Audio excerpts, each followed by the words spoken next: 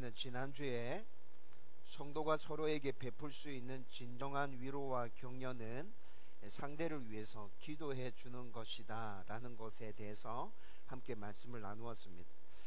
예루살렘으로 향하던 중에 가이사랴까지 이른 바울은 그의 주위에 사도의 버금가는 엄청난 사역을 감당했던 7 집사 중에 한 사람이었던 빌립과 또 예언자로서 가이사랴에서 중요한 사역을 담당했을 것으로 추측되는 빌립의 4딸들과 예루살렘이 흉년이 들 것을 예언했던 예언자 아가보와 바울의 동역자로 오랜 동안 그와 함께한 누가와 디모데를 비롯한 그의 일행들과 함께하고 있었습니다.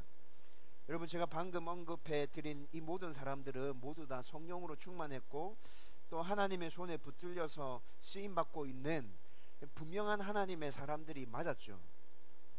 그런데 이들 모두가 성령의 인도로 예루살렘으로 향하고 있는 바울의 길을 막아서고 있습니다. 이뿐만이 아니라 성령께서도 계속해서 순종함으로 예루살렘으로 향하고 있는 바울에게 환난과 결박에 대해서 반복해서 말씀해 주시죠. 여러분, 이런 일들이 겹치면서 바울은 지금 굉장히 힘들고 어려운 상황 가운데 처해져 있습니다. 여러분, 바울을 정말 걱정하고 있다면, 또 성도로서 바울이 정말 하나님의 일들을 잘 감당하기를 원한다면 이때 필요한, 바울에게 꼭 필요한 위로와 격려는 어떤 것일까요? 여러분, 이 질문을 앞에 두고 우리는 지난주 말씀을 통해서 성령은 왜 계속 반복해서 바울에게 환난과 결박에 대해서 말씀해 주실까, 이 부분부터 풀어나가면서 바울에게 합당한 위로와 격려가 어떤 것인지에 대해서 말씀을 쭉 살펴보았죠. 여러분, 성령께서 이렇게 계속 반복해서 바울에게 환난과 결박에 대해서 말씀해 주시는 이유는 뭐였죠?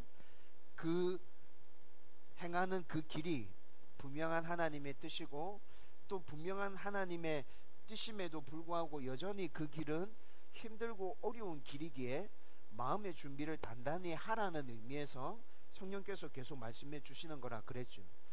여러분, 바울이 성령께서 주시는 이 사인을 잘 알아들었습니다. 그래서 예루살렘으로 향하는 것은 하나님의 뜻이 분명하고, 그렇지만 그 길이 참 어려운 길이구나, 내가 마음의 각오를 단단히 해야 되구나 라는 생각들을 가지고 바울은 지금 목숨까지 내어줄 각오로 예루살렘으로 향하고 있죠. 여러분, 그리고 이뿐만이 아니라 또 하나님의 손에 붙들려서 쓰임받고 있는 여러 명의 하나님의 사람들이, 바울 주위에 있는 여러 명의 하나님의 사람들이 바울의 길을 가로막고 나서는 이유는 여러분, 사사로운 마음으로 바울을 걱정하고 염려하고 있기 때문입니다. 이들은 바울이 예루살렘으로 향하는 것이 분명한 하나님의 뜻이라는 것을 알고 있습니다. 또한 바울을 동역자로서 생각하고 있고 그를 진심으로 사랑하고 있고 그래서 염려하고 있는 것도 사실이죠.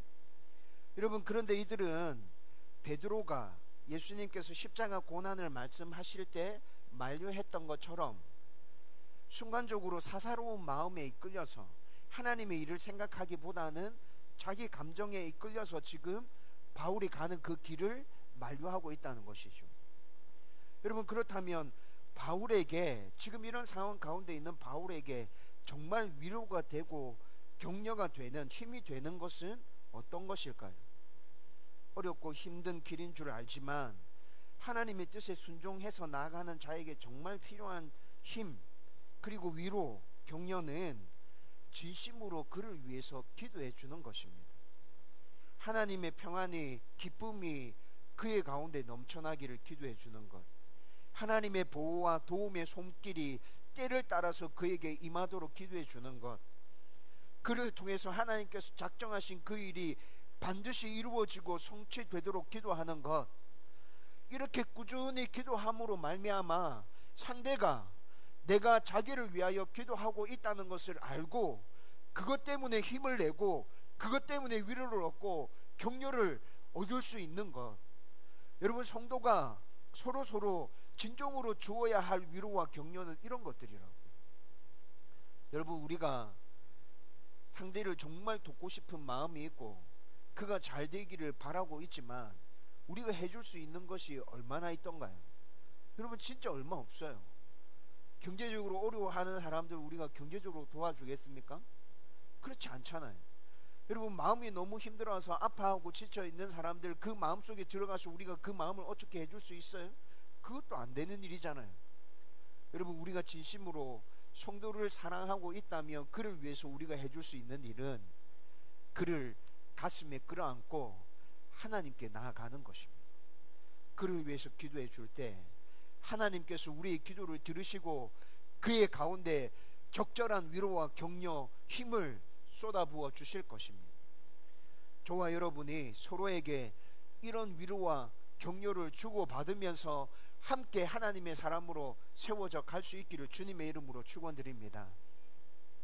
오늘 우리가 하는 모든 일이 하나님의 영광과 복음을 위하는 것이 되어야 함에 대해서 말씀을 생각하려고 합니다. 여러분 지금까지 사도행전 말씀을 살펴보면서 사도행전 15장에서 오늘 본문과 비슷한 상황의 말씀을 나눈 적이 있습니다. 그리고 그때는 모든 사람에게 차별 없이 주어지는 복음에 대해서 말씀을 함께 나누었었습니다. 여러분 하지만 오늘은 그때와 비슷한 상황의 이 말씀을 가지고 하나님의 영광과 복음을 위해서 살아가는 삶에 대해서 여러분과 함께 말씀을 나누려고 합니다. 여러분 이 말씀을 함께 나누면서 오늘 하나님께서 주시려고 하는 그 은혜가 저와 여러분들 가운데 넘쳐나게 되기를 주님의 이름으로 축원드립니다. 여러분 이제 바울은 그의 일행들과 함께 예루살렘에 도착했고 그 당시에 전체 교회의 수장이었던 예수님의 형제 야고보에게 그동안 있었던 선교와 관련해서 선교 보고를 하고 있습니다. 여러분 아마 바울이 보고한 내용은 3차 전도 여행 중에 있었던 사역에 대해서 보고했겠죠. 어느 지역에서 어떤 사역을 했고 교회가 어떻게 세워졌고 그것을 담당하고 있는 지도자는 누구인지 이런 것과 관련된 것들에 대해서 보고하면서 여러분 지금 바울과 함께 동행하고 있는 각 교회 지도자들이 있죠. 마게도냐와 아가야 지역에 세워진 그 교회들을 대표하는 지도자들이 지금 바울과 함께 동행해서 예루살렘까지 와 있지 않습니까? 여러분 이렇게 각 지역에 대한 사역 보고를 하면서 그 지역의 교회 지도자들도 한 명씩 한 명씩 소개해 주었을 것입니다. 여러분 이 부분을 간략하게 좀 정리해 보십시다. 바울이 3차 전도 여행을 시작하면서 제일 먼저 들른 곳은 1차 전도 여행을 하면서 갈라디아 지역에서 교회를 세웠거든요. 그런데 바울이 3차 전도 여행을 시작하면서 그곳을 둘러서 그곳의 교회들이 어떻게 세워져 가고 있는지 확인하고 다시 그 교회들을 굳건하게 해주는 사역으로 3차 전도 여행을 시작했습니다. 그렇게 갈라디아 지역을 들리고 난 다음에 그리고 에베소에 들러서 유대인 회당에 들러 먼저 복음을 전했죠. 그런데 유대인들이 복음을 잘 받아들이지 않았어요. 3개월 동안 열심히 복음을 전했지만 다 튕겨냈죠. 그래서 바울은 두란노 서원을 세우고 두란노 서원에서 이방인들을 대상으로 해서 3년 가까이 에베소에서 사역하게 됩니다. 그리고 에베소를 떠난 바울은 2차 전도 여행 때 마게도냐와 아가야 지방에서 세운 교회들을 지금 쭉 둘러보면서 그 교회들을 다시 확인하고 또 그 교회들에게 필요한 말씀들을 다시 주면서 그 사역들을 지속해서 쭉 내려오고 있어요. 그렇게 해서 아가야 지방까지 이렇게 쭉 내려온 바울은 아가야에서 이제 배를 타고 수리아까지 넘어가서 예루살렘으로 귀환하려고 하죠. 여러분 그런데 바울을 싫어했던 유대인들이 수리아까지 가는 그 배 안에서 바울을 죽이려고 하는 계획들을 세우죠. 바울이 이것을 눈치채고 난 다음에 600km 정도를 돌아가는 길을 선택해서 그 길로 다시 돌아가게 됩니다.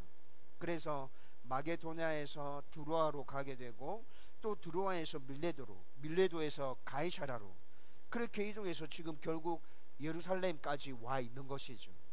아마 바울은 야고보 앞에서 이런 사역의 여정들을 쭉 설명하면서 하나하나 자신들의 사역들에 대해서 다 설명해 주고 있었을 겁니다. 여러분 바울의 이 여정은 분명히 하나님께서 함께 하신 여정이었습니다. 바울의 선교 보고를 듣고 있는 야고보와 예루살렘 교회 장로들은 하나님께서 바울과 동행하셨고 바울 가운데 정말 강력하게 역사하셨구나 라는 것들을 바울의 선교 보고를 들으면서 지금 깊이 느끼고 있었을 거예요. 그리고 바울의 선교를 통해서 세워진 이방 교회들을 직접 가서 찾아볼 수는 없었지만 그 교회 지도자들을 지금 눈앞에서 확인하고 있잖아요. 뿐만이 아니라 흉년과 핍박으로 힘든 상황 가운데 있는 예루살렘 교회를 돕기 위해서 그들이 보낸 구제 헌금은 어떻게 말로 표현할 수 없는 기쁨이며 감격이었을 것입니다. 여러분, 이 당시에 모든 사도와 성도들은 각자의 자리에서 각자의 영역에서 땅끝까지 복음이 전파되는 일을 위해서 목숨을 걸고 사역하고 있었잖아요. 여러분, 그런데 그렇게 목숨을 걸고 사역하고 있는 가운데 정말 하나님께서 말씀하신, 예수님께서 부탁하신 그 일이 실제로 일어나서 이방인들이 예수의 사람으로, 하나님의 사람으로 변화되어진 그 모습이 바로 눈앞에서 보여지고 있지 않습니까? 여러분, 감격스러웠지 않겠어요? 예수님께서 승천하시기 전에 제자들에게 모든 족속으로 가서 세례를 주고 그들을 제자 삼고 내가 너희들에게 분부한 것을 가르쳐 지키게 하라 라고 명령하셨죠. 그리고 이 명령을 지킬 때 세상 끝날까지 내가 너희와 함께 할 것이다 분명하게 약속도 해주셨습니다. 여러분, 바울은 하나님의 이 명령을 붙들고 하나님의 이 약속을 붙들고 이방 땅에서 예수의 이 마지막 사명을 실현하기 위해서 정말 생명을 다하여서 열심히 최선을 다해서 노력했습니다. 그런 과정 중에 하나님이 나와 함께 계시고 하나님이 정말 나를 붙들고 있다는 것 깊이 몸속 경험했지 않습니까? 여러분, 그래서 곳곳에서 함께 이 사역을 감당하고 있는 동력자들에게 하나님의 은혜와 역사를 나누면서 힘들고 어려운 일이라도 복음 전하는 일에 우리가 최선을 다하면 정말 하나님께서 함께 하신다, 하나님께서 지키시고 보호하신다, 우리의 모든 삶들을 책임져 주신다 라는 것들을 자신의 사역을 통해서 그들에게 선포해 주고 싶었던 것이죠. 여러분, 그래서 오늘 우리가 읽었던 말씀 19절 말씀 보면 그동안 있었던 모든 일들에 대해서 바울이 지금 야고보 앞에서 낱낱이 보고하고 있다고 말씀해 주고 있습니다. 여러분, 잠시 여러분들의 상상력을 동원해서 이 보고가 이루어지고 있는 그 예루살렘 교회 여러분 머릿속으로 그림 한번 그려보십시오. 바울이 3차 전도 여행 가운데 어떤 일이 있었는지 우리가 쭉 말씀을 살피면서 여기까지 왔잖아요. 여러분, 지금 그 일들에 대해서 바울이 야고보와 예루살렘 교회 장로들 앞에 서서 하나님께서 이렇게 역사하셨습니다, 이방 교회가 이렇게 세워졌습니다, 그리고 그 교회 지도자들이 이들입니다 라고 보고하고 있다고요. 여러분, 그렇게 보고하고 있는 그 현장 가운데 성령의 강력한 임재와 하나님이 정말 이들과 함께 해주셨구나 라는 그 놀라운 은혜가 여러분 느껴지지 않나요? 여러분, 그 현장을 곰곰이 머릿속으로 그려서 그림 그려보면 여러분, 이 보고가 일어나고 있는 그 예루살렘 교회는 은혜의 도가니였을 것입니다. 여러분, 그리고 20절 말씀에 보면 이 이야기를 다 들은 그곳에 있었던 모든 사람들이 하나님께 영광 돌리고 있다고 성경은 말씀해 주고 있습니다. 여러분, 보통 우리가 살아가는 이 세상의 방식은 여러분, 아무리 공적인 일을 했다고 해도 이렇게 고생해서 큰 성과를 안고 돌아온 사람에게 여러분 먼저 칭찬하고 인정해주고 위로해주고 격려해주는 것이 일반적이죠. 여러분, 나중에 그가 했던 그 일들이 잊혀지고 공적인 일 그것만 남는다 하더라도 우선은 당장 고생해서 돌아온 결과물을 가지고 돌아온 그 사람 인정해주고 칭찬해주는 것이 보통 세상의 방식 아닙니까?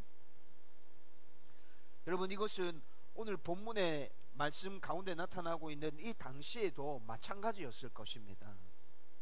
그런데 바울과 그의 일행들을 향한 칭찬, 인정, 위로, 격려의 말은 오늘 말씀 가운데서 찾을 수 없습니다. 여러분, 오직 하나님께 영광 올려드리는 모습만 발견하게 된다고요. 여러분, 만약 저와 여러분들이 우리의 일상의 삶 가운데서 하나님의 뜻에 순종하기 위해서 매일 몸부림치면서 최선을 다했습니다. 또 여러 가지 교회 일들을 하면서 고생하고 있는데, 여러분, 그 일과 관련해서 나를 칭찬해주고 격려해주고 알아주는 사람이 아무도 없다. 그렇게 1년이 지나고 2년이 지나고 3년이 지나갔다. 여러분, 저와 여러분들은 어떻게 반응했을 것 같습니까? 바울은 3차 전도 여행 이 하나만 놓고 봐도 여러분, 지금까지 6년 동안 이방 땅을 떠돌면서 목숨을 걸고 사역했지 않습니까? 그 결과로 이방 땅 여러 곳에 하나님의 교회가 세워졌고요. 그 교회들이 건강하게 성장하여서 이제 이 당시의 교회의 본부격인 예루살렘 교회를 도울 정도로 의식과 신앙과 규모 면에서 잘 자랐고 자리 잡힌 교회가 되었잖아요. 여러분, 바울이 이 정도 했다면 그에 대한 어떤 큰 상은 아니더라 하더라도 너 정말 수고했다, 고생했다, 너 참 대단한 일 했다, 여러분, 이 정도 말해주는 것, 우리가 살아가는 삶 속에서 이건 기본적인 것 아닌가요? 저는 그렇다고 생각되어지는데요. 여러분, 그런데 바울에 대한 이야기는 한마디도 오늘 본문 가운데서 등장하지 않는다고요. 여러분, 그리고 이어지는 이야기들을 쭉 살펴보면 바울도 이것에 대해서 크게 생각하고 있지 않은 것 같습니다. 자기가 이렇게 수고해서 이 엄청난 일을 이루고 지금 예루살렘 교회로 돌아와서 보고했는데 아무도 자기가 한 수고에 대해서 알아주지 않는 것에 대해서 바울은 섭섭해하지 않는다고요. 바울은 분명히 사람이 맞죠? 사람인데 어떻게 이럴 수 있죠? 여러분, 저와 여러분들이 지금 바울과 같은 입장이라면 나의 수고에 대해서 알아주지 않고 칭찬의 말 한마디도 해주지 않는다면 여러분 좀 섭섭하지 않겠어요? 또 바울의 일행과 야고보와 예루살렘 교회 장로들도 이렇게 하는 것이 당연하다 생각하고 이렇게 하고 있는 것 같아요. 어떻게 이럴 수 있죠? 여러분, 이들은 모두 주 안에서 하나의 생각, 하나의 마음을 품고 있습니다. 오랫동안 이들은 떨어져 지냈습니다. 야고보와 예루살렘 장로들은 예루살렘에서 사역하고 있었죠. 바울은 이방 곳곳을 돌아다니며 사역했지 않습니까? 살아가는 환경과 문화가 달랐습니다. 사역의 대상들도 달랐습니다. 사역의 방식도 달랐겠죠. 여러분, 그들 가운데 이렇게 다른 것이 굉장히 많았습니다. 그런데 그 많은 다른 것들 중에 이들이 하나로 공유하고 있었던 것도 있었어요. 그게 뭐냐? 그것은 하나님은 나와 교회와 만물의 주인이시며 내가 하는 모든 일들을 통해서 오직 하나님만 영광 받으셔야 된다. 여러분, 어느 곳에 있든지 누구를 대상으로 사역하고 있든지 여러분, 이들이 오랫동안 떨어져 있었던 것, 이런 모든 것들은 아무 문제가 없었습니다. 이 사람들은 이것 하나에 같은 마음을 품고 있었기 때문에 그 다른 나머지 것들은 다 문제가 되지 않았다고요. 여러분, 이를 분명히 보여주는 것이 고린도전서 10장 31절의 말씀입니다. 여러분, 고린도전서는 바울이 3차 전도 여행 중에 에베소에서 두란노 서원에서 사역하고 있을 때 고린도 교회에 어려운 문제들이 생겼다는 소식을 듣고 그 문제들에 대한 권면으로 써서 보낸 편지가 고린도전서입니다. 여러분, 바울의 3차 전도 여행 중에 쓰여진 편지라고요. 그런데 이 편지 가운데 고린도전서 10장 31절 말씀을 이렇게 얘기합니다. 같이 읽겠습니다. 다 같이 읽읍시다. 시작. 그런즉 너희가 먹든지 마시든지 무엇을 하든지 다 하나님의 영광을 위하여 하라. 아멘. 여러분, 이 말씀은 성도가 하는 모든 일을 통해서 하나님께서만 칭찬받으셔야 하고 인정받는 것으로 드러나야 한다고 말씀해 주고 있죠. 여러분, 이 명제를 중심으로 해서 성경의 모든 가르침들이 하나로 연결되어지고 있다는 것 여러분 아십니까? 여러분, 복음을 전하는 것 한번 생각해 보십시다. 여러분, 복음을 전하는 것이 하나님께 영광과 어떻게 연결되어집니까? 여러분, 우리가 복음을 전하면 하나님을 알지 못하던 사람이 하나님에 대해서 알게 되고, 또 그들 중에는 하나님을 믿게 되는 사람들도 있습니다. 그렇죠? 여러분, 이 일을 하나님께서 기뻐하시지 않을까요? 기뻐하시죠. 엄청 기뻐하시죠. 그렇게 하나님을 믿은 사람들이 하나님을 자신의 아버지로 고백하게 될 것입니다. 만물의 주인으로 고백하게 될 것입니다. 여러분, 이것이 하나님께 영광이 되는 것 아닙니까? 또 잘 생각해 보면 복음을 전한다는 것은 하나님과 예수님을 자랑하는 것이죠. 여러분, 누군가가 나의 자랑을 해서 그 소문이 나에게 들려온다 한번 생각해 보십시오. 여러분, 흐뭇하고 기분 좋은 일 아닌가요? 여러분들이 만약에 다운교회 목사인 저를 막 자랑하고 다녀서 제가 우연찮게 그 소문을 듣게 된다면 저 굉장히 기분 좋을 겁니다. 여러분, 그렇게 여러분들이 자랑하고 다니면 제 명성이 올라가게 되겠죠.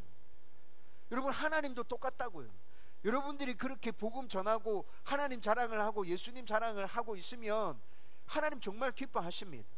여러분, 우리의 그 자랑을 통해서 하나님의 명성이 날로 날로 더 올라가게 될 것입니다. 여러분, 이것이 하나님께 영광이라고요.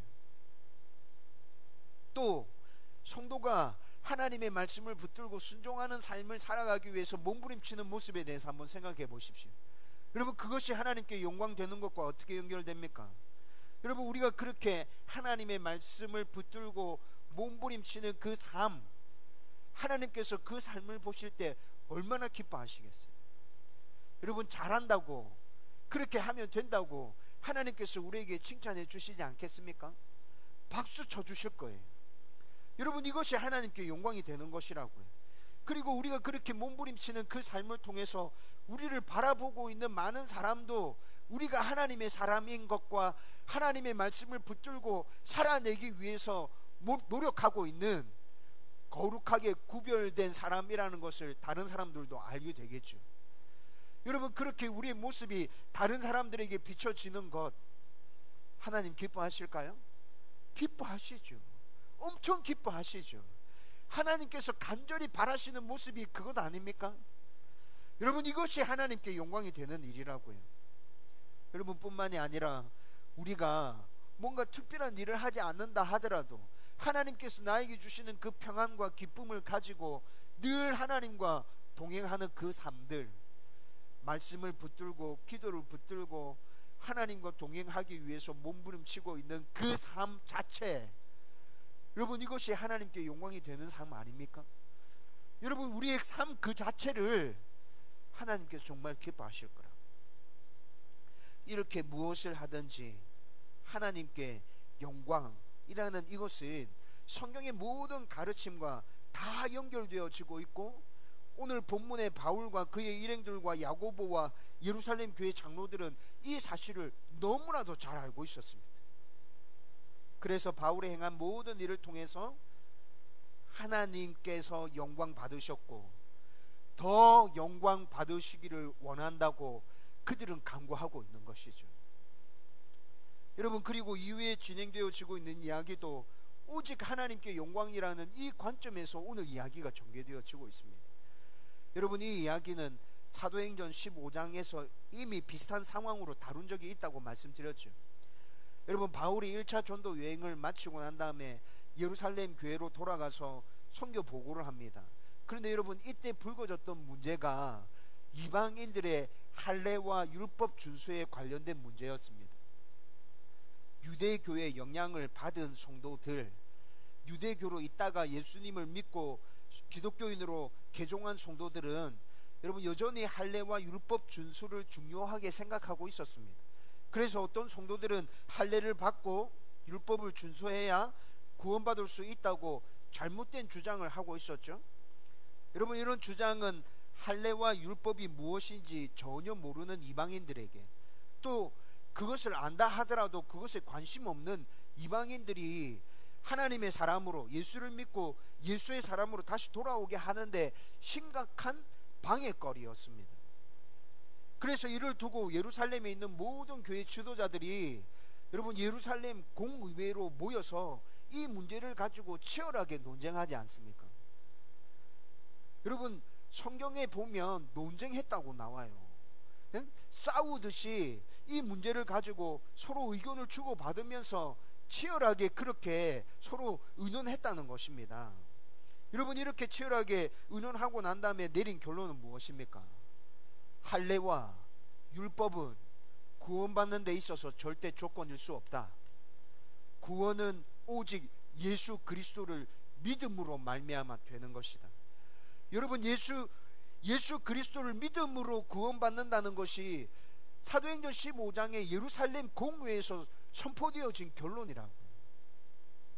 여러분 그렇게 결정하고 난 다음에 그렇지만 우상 숭배와 직접적으로 관련되어지는 우상의 제물을 먹는 것과 또 피를 마시는 것, 목매어 죽인 것들을 만지는 것, 음행과 관련한 것들에 대해서는 이방인들에게도 금해야 한다고 권면해야 된다 라고 결정하게 됩니다.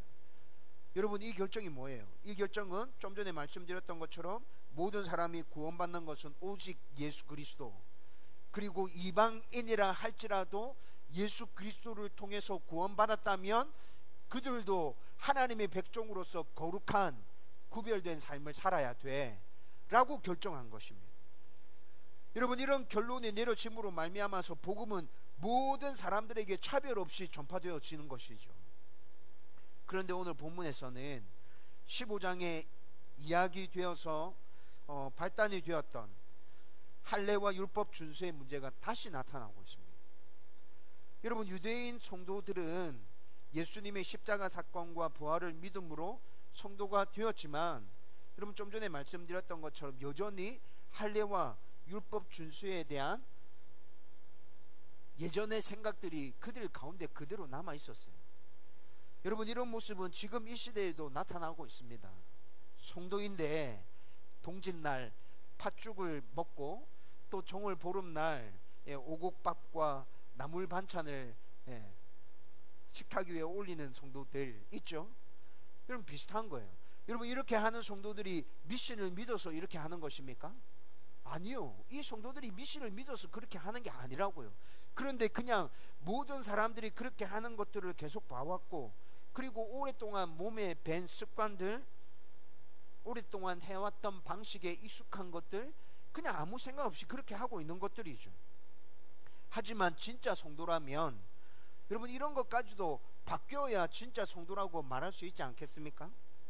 제가 늘 얘기하듯이 사람이 온전히 변화되는 것은 이렇게 힘들고 어려운 것입니다. 그래서 15장의 논쟁으로 분명한 결론이 내려졌고, 그리고 10여 년의 세월이 흐르는 동안에 유대인들의 이 생각은 잘 변화되어지지 않고 여전히 그대로 있었던 것이죠. 여러분 이 문제가 10여 년의 세월이 흘렀음에도 여전히 문제가 되는 근본적인 이유는 유대인들이 퍼뜨리는 거짓 소문 때문에 그렇습니다. 여러분 21절 말씀에 보면 바울이 이방의 모든 유대인들을 가르쳐서 모세를 배반하고 할례를 행하지 말라고 가르쳤다라고 이들이 거짓 소문을 퍼뜨리고 있거든요. 여러분 그런데 바울은 전도 여행 중에 모든 유대인들을 다 만났습니까? 아니요. 모든 유대인들을 다 만나지 않았죠. 유대인들 중에 소수를 만났을 뿐입니다. 그리고 그 소수도 바울이 전하는 복음을 귀담아 잘 들어주었던가요? 아니요. 바울을 배격했죠. 더군다나 모세를 배반하라는 것은 바울의 가르침 어디에서도 찾아볼 수 없습니다. 그리고 지금 바울과 함께 동행하고 있는 디모데는 바울이 권면해서 할례를 행하게 했잖아요. 그런데 유대인들이 이런 거짓 소문을 만들어서 퍼뜨리고 있다고요.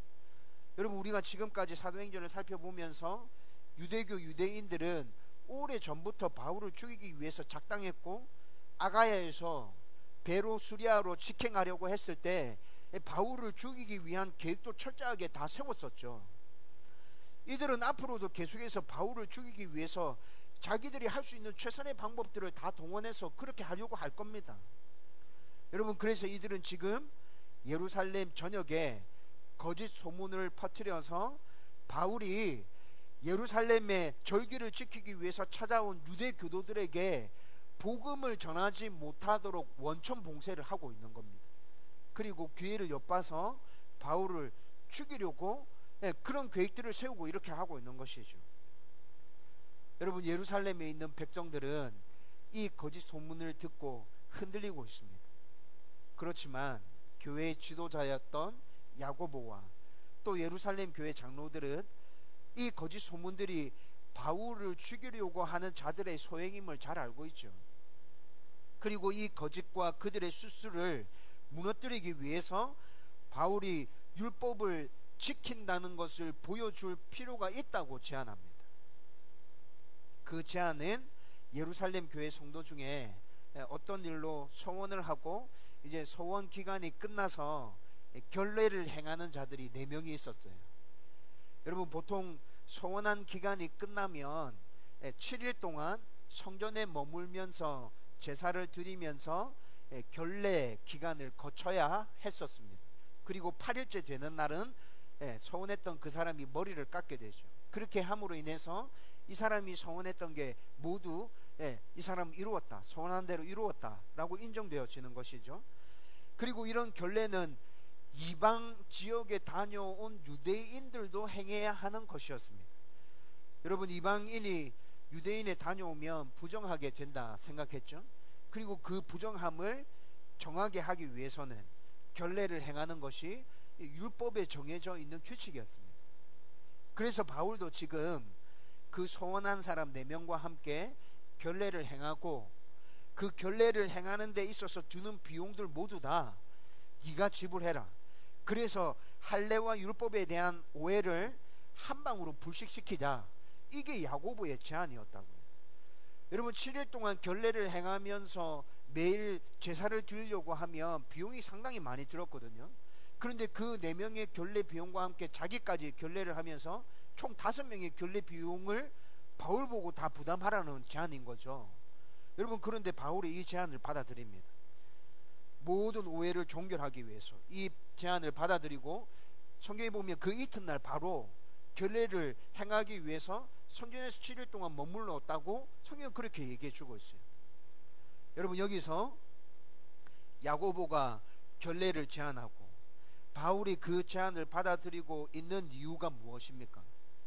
여러분, 이 이유 또한 무엇을 하든지 다 하나님의 영광을 나타내기 위한 것이었다고. 하나님의 영광을 나타내야 된다는 같은 생각에서 야고보와 바울이 같은 생각을 가지고 있었기에 이런 제안을 할 수 있었고 바울도 이 제안을 손톱 받아들일 수 있게 된 것이죠.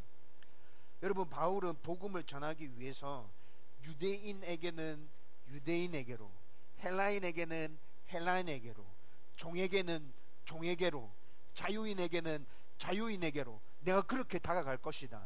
바울이 이렇게 선언했지 않습니까? 바울은 하나님의 영광을 드러내는 것, 복음을 전하는 것, 이를 위해서는 여러분 이것이 핵심이고 내가 이것을 붙들고 일을 하기 위해서 다른 것은 나는 얼마든지 양보해 할 수 있다 라는 생각을 가지고 있었던 것이죠. 여러분, 이 선언대로 바울은 지금 복음을 전하기 위해서 유대인들에게 유대인의 모습으로 다가가고 있는 것입니다. 바울은 지금 자신이 무엇을 붙들어야 하는지, 무엇을 양보해야 하는지 정확하게 알고 있었고, 그리고 이 일들이 온전히 하나님께 영광이 되어지기를 소원하면서 복음을 전하는 그 일로 성큼성큼 걸어가고 있는 것이죠. 여러분, 오늘 우리가 함께 나눈 이 말씀 앞에서 우리는 내가 하는 모든 일에서 하나님께 영광이라는 생각을 내가 가지고 있는가? 그리고 지금 내가 하고 있는 모든 일이 정말 하나님께 영광이 되어지는 일들이 맞는가에 대해서 진지하게 살펴보고 생각해야 합니다. 말은 하나님의 영광을 위해서 한다고 합니다. 여러분, 그런데 제가 자주 말씀드리죠. 여러분, 자기 자신을 진지하게 들여다보십시오. 말은 그렇게 하고 있지만 내 안에 다른 생각들이 담겨져 있다면 여러분들이 스스로를 진지하게 살펴볼 때 그것들이 보여지게 될 겁니다. 내가 가지고 있는 다른 생각들, 내 욕심들, 세상의 방식들에 따라서 그렇게 모든 일들을 처리하고 그렇게 나는 살아가고 있는 것 아닌가. 여러분들이 정말 열린 마음으로 나 자신을 살펴본다면 그것들이 보여지게 될 것이라고요. 또 하나님의 영광을 위해서 여러분 내가 꼭 붙들고 있어야 될 건 무엇인지, 또 양보해줘도 되는 것은 무엇인지에 대해서도 진지하게 고민해야 합니다. 여러분 복음과 관련된 진리들, 여러분 이거 양보해 줄 수 있습니까? 이건 절대로 양보해 줄 수 없는 거라고요. 여러분 바울은 이거는 꼭 붙들고 있었다고요. 여러분 이것과 관련해서는 바울은 자기의 생명도 내어드릴 준비가 되어져 있었습니다. 여러분 그런데 이것과 관련 없는 것들, 내가 정말 생명을 걸고 지켜야 하는 것과 관련 없는 것들은 바울은 모두 다 양보해 줄 준비가 되어져 있었습니다. 명확하게 구분되어져 있는 거죠. 내가 꼭 붙들어야 되는 것, 내가 양보해도 되는 것. 여러분 이렇게 내가 꼭 붙들어야 되는 것, 내가 양보해도 되는 것, 여러분 이 구분이 어떤 기준으로 갈려지게 되는 것이죠? 하나님의 말씀으로 갈려지게 되는 거잖아요. 여러분 그래서 우리는 말씀을 잘 알고 있어야 된다고. 늘 말씀을 가까이 하고 말씀이 내 삶 가운데 젖어들어 있어야 여러분 우리 모든 일들을 생각할 때 내가 꼭 붙들어야 하는 것, 내가 양보해도 되는 것 명확하게 구분되어 줄 수 있는 것이죠. 여러분 이런 것들이 조금 어렵다면 여러분 저에게 조언을 구해도 됩니다. 여러분 그리고 여러분들이 심사숙고해서 내가 모든 삶을 통해서 하나님 앞에 영광 올려드리는 삶을 살아야겠다, 그 생각 가지고 그렇게 살아가면 된다고. 여러분 물론 이렇게 살아갈 때 우리가 실수하고 잘못할 때도 있을 것입니다. 여러분 그렇지만 우리의 마음 가운데 담겨져 있는 진심이 내가 하나님의 영광을 위해서 살아야겠다라는 그 진심이 담겨져 있다면 실수하고 잘못하는 것까지도 하나님께서 이쁘게 봐주실 것입니다. 그리고 우리가 실수하고 잘못하는 것 그것까지도 하나님께서 올바르게 바로잡아 주실 것입니다.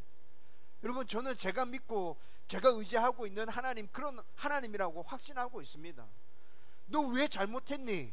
너 왜 실수했니? 우리 하나님 그런 하나님 절대 아니에요. 여러분 저와 여러분들이 이런 생각들을 가지고 내가 하고 있는 모든 일들을 통해서 하나님께 영광 올려드리는 삶을 살아야겠다, 이렇게 결단할 수 있기를 주님의 이름으로 축원드립니다. 여러분 이제 오늘 말씀을 정리하려고 합니다. 하나님의 영광을 위해서 사는 삶, 여러분 이렇게 얘기하면 굉장히 부담 가지는 것 같아요. 내가 어떻게 그 엄청난 일들을 할 수 있다는 거야. 바울 같은 사람이 그런 일들을 하는 거지. 여러분 그런데 성경을 잘 읽어보십시오. 그렇지 않습니다. 하나님의 영광을 드러내며 사는 삶들은 우리가 생각하는 것처럼 그렇게 어마어마한 일, 거창한 일 아닙니다. 여러분 우리의 일상 가운데서 우리가 늘 맞이하고 있는 가족들, 직장에서 만나는 동료들, 교회에서 만나는 성도들, 그리고 내가 관계 맺고 있는 모든 사람들, 내가 해야 되는 그 일들, 여러분 그것과 관련해서 모든 부분에 있어서 하나님의 말씀에 순종하려는 마음을 가지고 상대를 배려해주고 이해해주고 섬기기 위해서 최선을 다하고 또 내가 하고 있는 일들 잘해내기 위해서 열심히 노력하는 것, 여러분 그것이 하나님께 영광 돌리는 삶이라고 성경은 우리에게 말씀해주고 있습니다. 여러분 이런 삶이 하나님께 영광 올려드리는 삶이라면 우리가 작정하고 각오하고 결단하고 하나님께 도와달라고 기도한다면 살아갈 수 있는 삶 아닙니까? 그리고 나의 삶 가운데 하나님과 예수님을 자랑하며 복음을 전하고 있다면 우리는 정말로 하나님의 영광을 위해서 살아가고 있는 삶들을 제대로 잘 살아가고 있는 것입니다. 우리의 그런 삶의 모습들을 보면서 하나님께서 정말 기뻐하실 거예요. 정말 기뻐하실 거예요. 저와 여러분들이 이렇게 모든 삶의 순간에서 하나님의 영광을 나타내는 삶을 살아갈 수 있기를 주님의 이름으로 축원드립니다.